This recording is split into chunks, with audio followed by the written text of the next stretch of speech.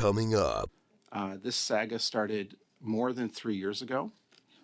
The government defied 4 orders of the House of Commons and its committee. It took the Speaker to court, and it disposed of these 4 orders by the dissolution of Parliament, which, as you know, dissolved the 4 orders. And we cannot allow that to go unanswered.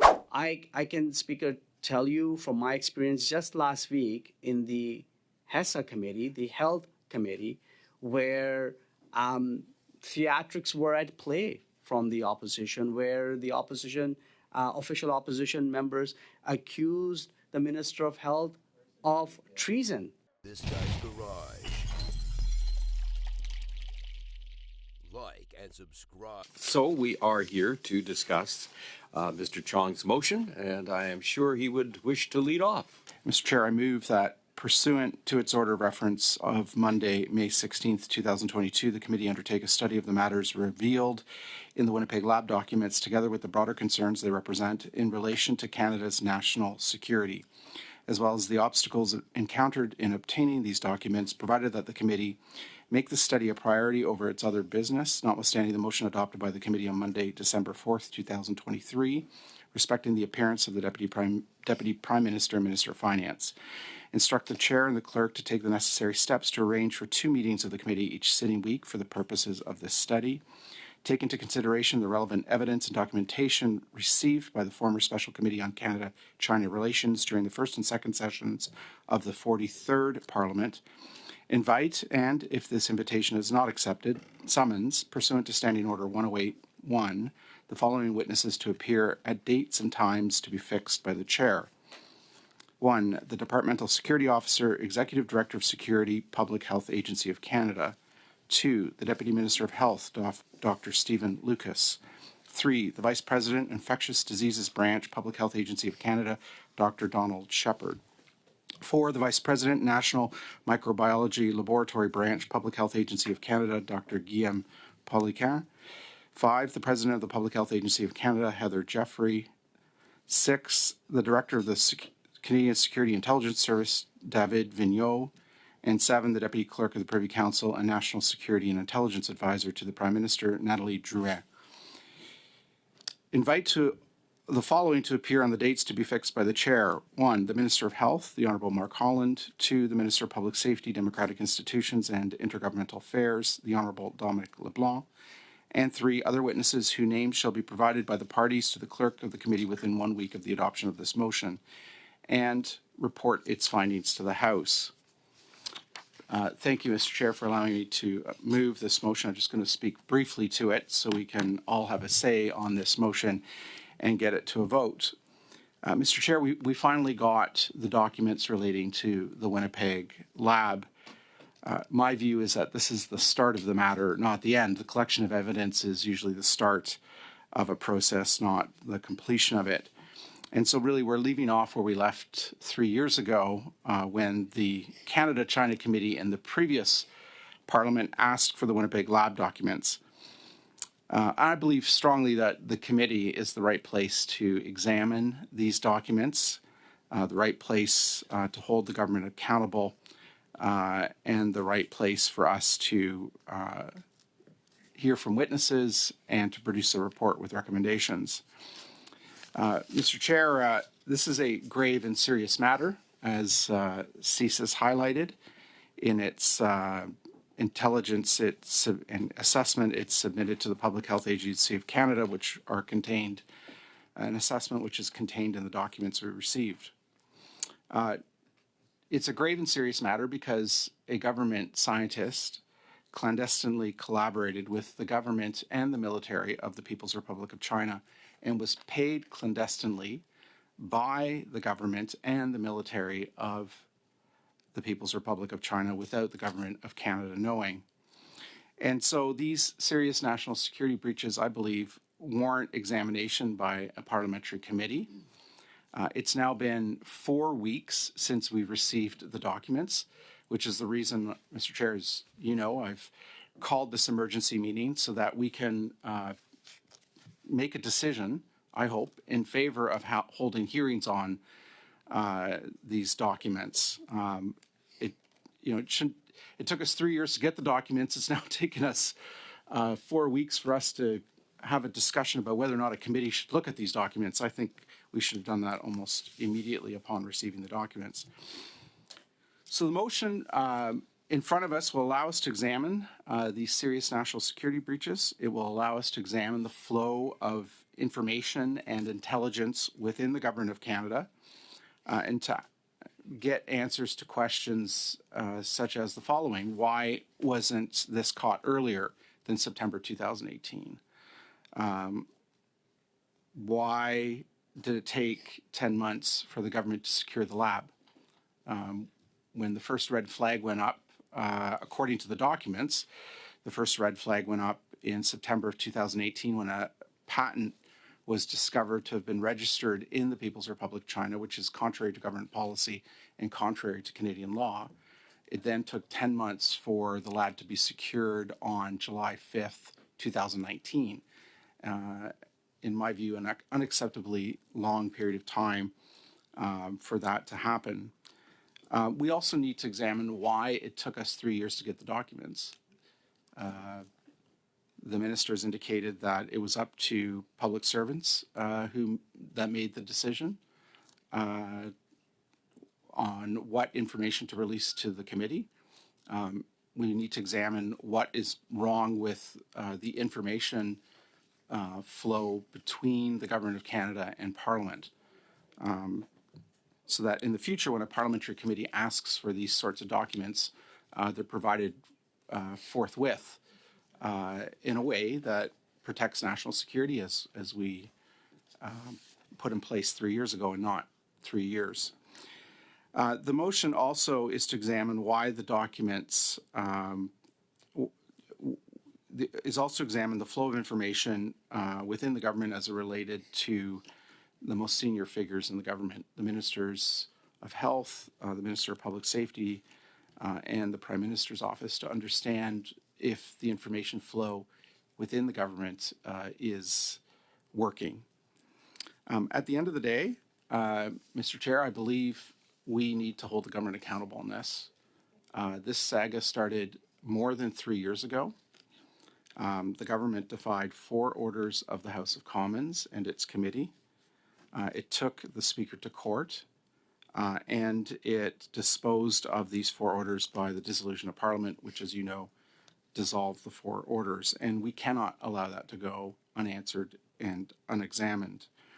And finally, Mr. Chair, I'll say there was a report just today in the news that a new level 4 lab is being proposed in Canada. Surely we need to study this matter at committee about the only existing level 4 lab and its security breaches before a new level 4 lab is stood up in this country that might pose security risks. So I think, I hope that members of the committee will support the motion. I can, Speaker, tell you from my experience just last week in the HESA committee, the Health Committee, where theatrics were at play from the opposition, where the opposition, official opposition members accused the Minister of Health of treason and engaged in a name calling, which was highly unnecessary and undermined, again, the seriousness of this process. So therefore, Speaker, I would like to move an amendment to this motion. It does really 2 things. One, it scopes the duration of the study to 2 meetings while requesting all the requested witnesses that has been outlined in Mr. Chong's motion. All witnesses named in the motion, we feel, could fit easily in 2 regular meetings. And if at the end of the day, if the committee determines that we need more meetings are needed, as usual, we can schedule more meetings at that time or add more witnesses. So that's the first aim of the amendments that I will be proposing shortly. And the second is that we're proposing to remove the summons aspect that's been outlined in this motion, because as typical, some process is to invite witnesses as a first step, and if a summon, if that witness refuse to appear, then a summon can be issued. There is no need to have that in place in the motion, and we expect that witnesses will appear willingly, given the seriousness of this issue. So, Chair, with this in mind, I would like to move the following amendment. They're not too extensive, so it should be easy to follow for all members. Number one, to insert after the words, to insert words two meetings after the words that the committee undertake are. Number two, to delete clause B. Number three, to remove the words, and I quote, "and if this invitation is not accepted, summons pursuant to Standing Order 108 sub 1, end quote, from clause D." And lastly, to remove clause E3. These are the four simple changes that we are proposing in this a motion. So I'll speak to that amendment. I do not support the amendment. 2 meetings is not sufficient to examine this matter. Thank you, Mr. Chair. Right, Mr. Villemot?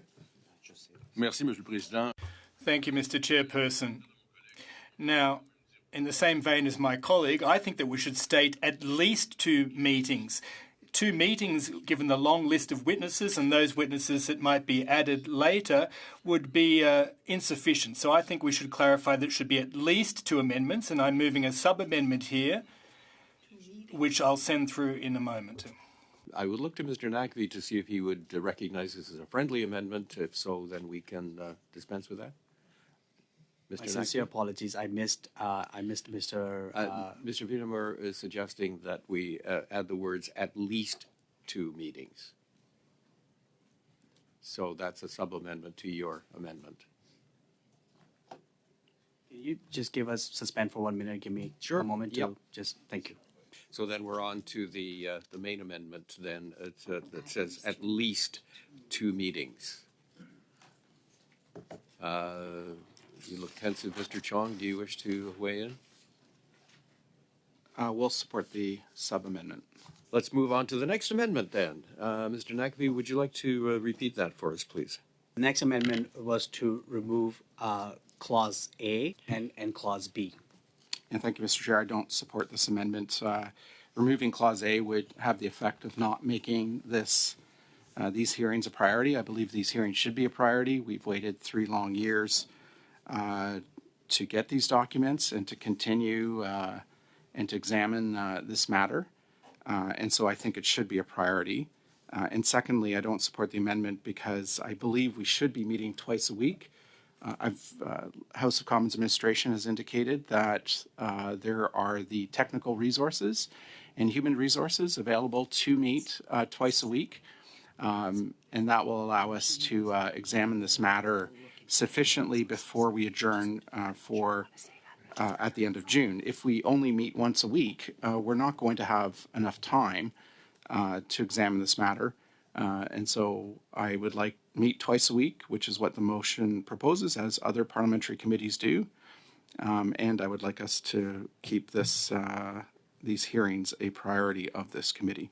So I don't support the amendment. Thank you, Mr. Chair. Mr. Chong. Look at how much time it's taken us to get to this point. And I don't want us to lose sight of the fact that we have other work to do. And I'm looking at the analysts as I speak.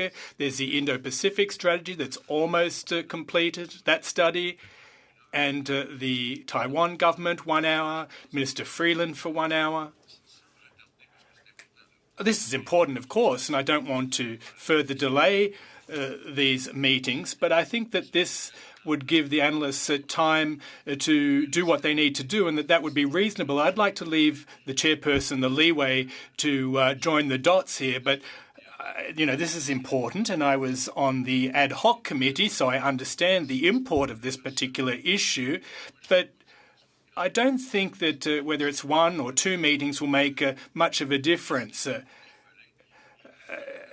We don't want to, in fact, completely set aside all the other studies, but I do want to proceed as quickly as possible. So what that practically means is that we have 6 sitting weeks in which a committee could meet. And so that leaves us, if we're only going to meet once a week, that's 6 meetings. That's not a lot of meetings to complete the Indo-Pacific strategy, to hear from Minister Freeland on as she was previously scheduled to appear, and on top of that, to hear from witnesses concerning the Winnipeg Lab. So I really think that going from 1 3-hour meeting a week to 2 2-hour meetings a week would allow us to complete all of the agreed to studies in front of the committee before a summer adjournment. Well, I think that there was a misunderstanding. Earlier, we agreed that we would go through amendments one at a time, and now we're looking at 2 concurrently. So I, as I said previously, would like to look at the Amendment A first and then Amendment B thereafter. That was what we agreed, after all. So point of order, Mr. Chair, can you tell us what amendment we're on then? We are on the amendment to remove Article A, make the study a priority of other business, et cetera, et cetera. So voting for this means that we would, as a committee, need to deliberately schedule it for when we thought we wanted it, which could be right away. So basically fulfilling the spirit of A. Or if the committee agrees that this should take priority over the other business, then that's what we would do. If, on the other hand, the committee wanted it to take its turn in terms of the other work that the committee is doing, then we would vote for the amendment. So, yes, Mr. Chong. Yeah, so just to clarify, I do not support this amendment. I believe the study should be a priority. We've waited 3 long years to get to this point. It's time for us to expeditiously deal with this matter in committee. Thank you. So I agree with Mr. Chong that we should prioritize this work. I appreciate that clarity. Thank you very much. So then, that does make it clear what we are either voting for or not. So let's look at the amendment to remove subsection A, and understanding what a yes or a no means on this particular amendment. Shall we take the roll on this one, please, Madam Clerk? Mr. Erskine Smith. I don't have a strong view of this, but I mean, I'm fine with other business, so I suppose I'd vote to remove it. Mr. Biddle. In favor. Madame Lalonde. Oui. Mr. Naqvi. Yes. Ms. Yip. Yes. Mr. Chong. No. Mr. Kimmich. No. Mr. Ellis. No. Monsieur Berthold. No. Monsieur Villemur. No. Miss McPherson. No. So it's 5 yeas, 6 nays, so that amendment is defeated. We will now go on to amendment number 2, which is to instruct the chair and the clerk to take necessary steps to arrange for 2 meetings of the committee each sitting week. Mr. Chong has clarified this to be 2 2-hour meetings per week. The amendment suggested is to remove this this particular part of the motion. The reality is that there are 9 sitting weeks left. The last 2 sitting weeks are not possible, practically speaking, to have meetings.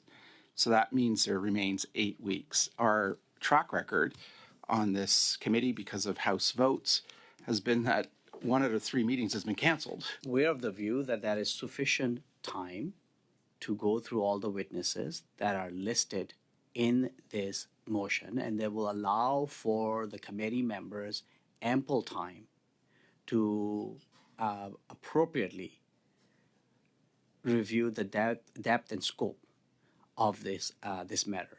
I'd just like to borrow from what Mr. Nakvi just said. We need to proceed rapidly, I agree, but we have to do it properly, and Mr. Chong's proposal strikes me as reasonable. There are just so many things to delve into here. I don't think that we can do right by the Canadian public in terms of their trust in our public institutions.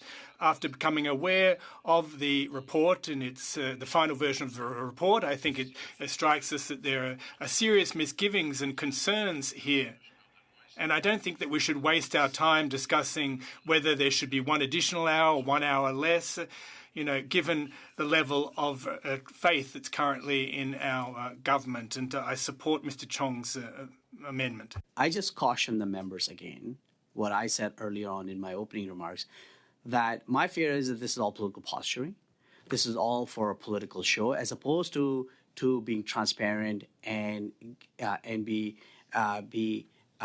coherent towards providing findings towards Canadians. This reminds me a lot of another committee that I've been a member for now almost over 2 years now, which is the Special Committee of Parliamentarians dealing with the Invocation of Emergencies Act, which is ongoing. The world has moved on. We've had one public inquiry done within a year's time, but that committee is still not finished its work because so much time has been taken by political posturing. With all due respect to my colleague, it's a tad strange that he's referring to political posturing when the government, in fact, took to court their own speaker to conceal the facts and used political posturing to ensure that we don't get to the bottom of these things. So political theatre, political posturing, I don't think that that's appropriate. I think we will take the vote then on removing, this is removing item B. So, Madam Clerk, you want to take the roll on that one? So the amendment proposed is to remove item B, which essentially, if I can try and interpret what's been said, would keep us to our regular schedule of 1 meeting per week of 3 hours. Mr. Erskine-Smith. Vote for the amendment.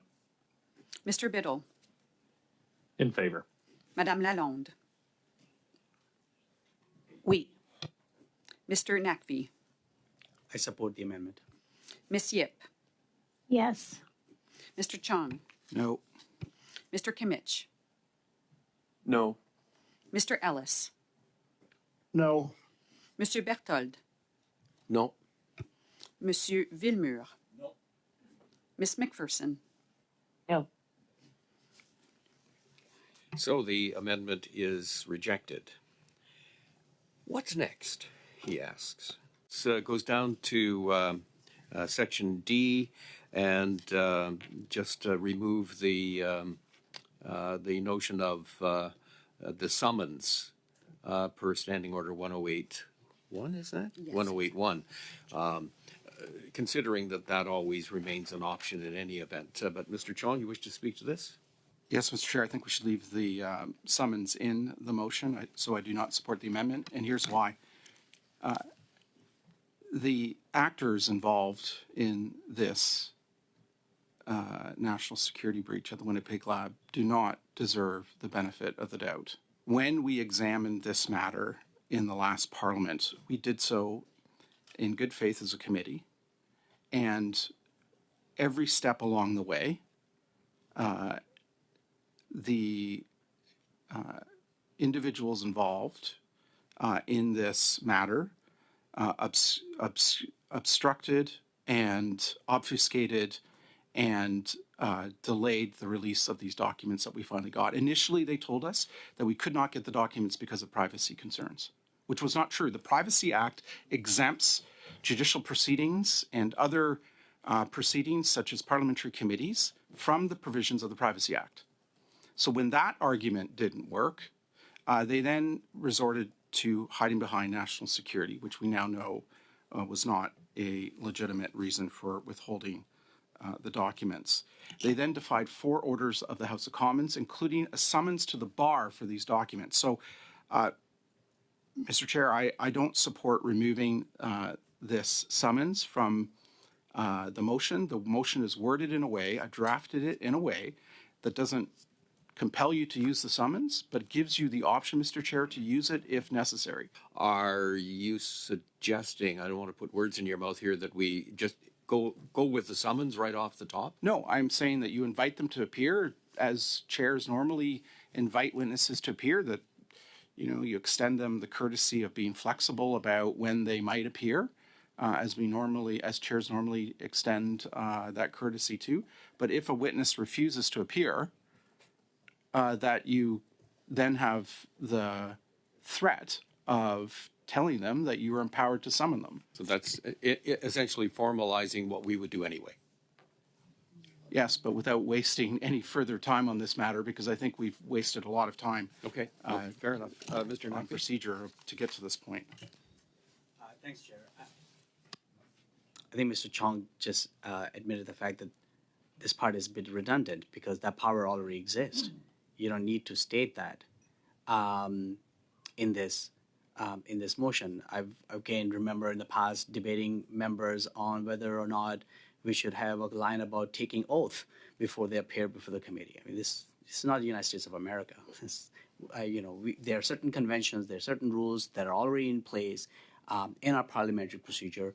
The power to summons, if a witness refuses to appear, lies with the chair, is within the standing order. You need not to state that. Well, the motion calls on the chair to summon witnesses if necessary. If there are several witnesses that don't want to appear, we wouldn't have to vote on each and every occasion. We would be more efficient, and they would be summoned to appear automatically. And in the wording of the motion, well, that does have a bearing on what witnesses will do when they might be thinking twice about whether deciding to appear or not. So I'd support what Mr. Chong has said. It seems reasonable. I finally reiterate my support for Mr. Chong. Let us, I don't see any other hands up, so let's take the roll on this one, Madam Clerk. Mr. Erskine-Smith,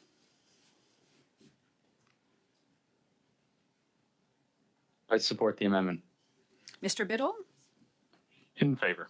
Madame Lalonde, Définitivement, oui. Mr. Absolutely, yes. Yes. Miss Yip, Yes. Mr. Chung, No. Mr. Kimmich, No. Mr. Ellis, No. Monsieur Berthold, No. Monsieur Villemur, No. Miss McPherson, No. And the amendment is defeated. Next, what's next on our list, Madam Clerk? The next amendment is to remove as witness Departmental Security Officer, Executive Director of Security Public Health Agency of Canada. Mr. Naqvi, I understand that your amendment would be to remove this person as one of the individuals identified as a witness. Speaker will withdraw that amendment and the amendment dealing with the Deputy Clerk of Privy Council of National Security and Intelligence Advisor to the Prime Minister. And the only one I think left I would suggest to vote on is clause which E3, I believe now, which is other witnesses whose names shall be provided by the parties of the clerk to the committee within 1 week of their adoption of this motion. Take that one out. Right, do you wish to speak to that? Absolutely. Again, I would say what I said earlier. This is to provide some definition and a scope to this study. The list of witnesses is exhaustive. We're agreeing to that list. We've agreed now to have at least 2 meetings. We will be meeting twice a week as per what's been adopted in the committee. I think this list allows us to get to the bottom of the issues that we all want to discuss. Thank you, Mr. Chair. I don't support the amendment. I think this clause in the motion gives you, Mr. Chair, the flexibility to invite other witnesses as may be necessary. I know that there are other members on the committee who have ideas for additional witnesses that are not captured by this motion. So this clause would allow you to entertain the invitation of those other witnesses. And finally, in hearing from the 7 witnesses and 2 ministers, during the course of those 9 different witnesses and ministers appearing, we may hear testimony that may reveal other individuals that the committee has to hear from. Thank you, Mr. Chair. And I also, like Mr. Chong, don't support this amendment. I don't understand why we would want to limit the ability for other members to bring forward names. You know, this was a well drafted list of witnesses by Mr. Chong, but all members of the committee should have the opportunity to submit names, to submit suggestions to the clerk for this study. And I don't understand why any member would want to limit our ability to do that. I think I'm speaking for all of the opposition members when I say that I don't see why we would limit the number of witnesses at this stage of the game.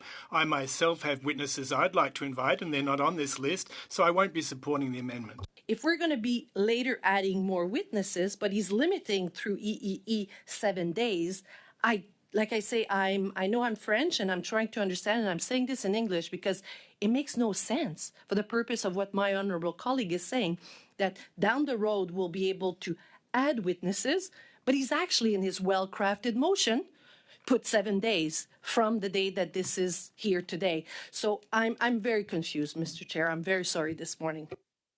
Thank you, Mr. Chair. I think Madame Lalonde has raised a good point. So I move that sub-amendment that we strike.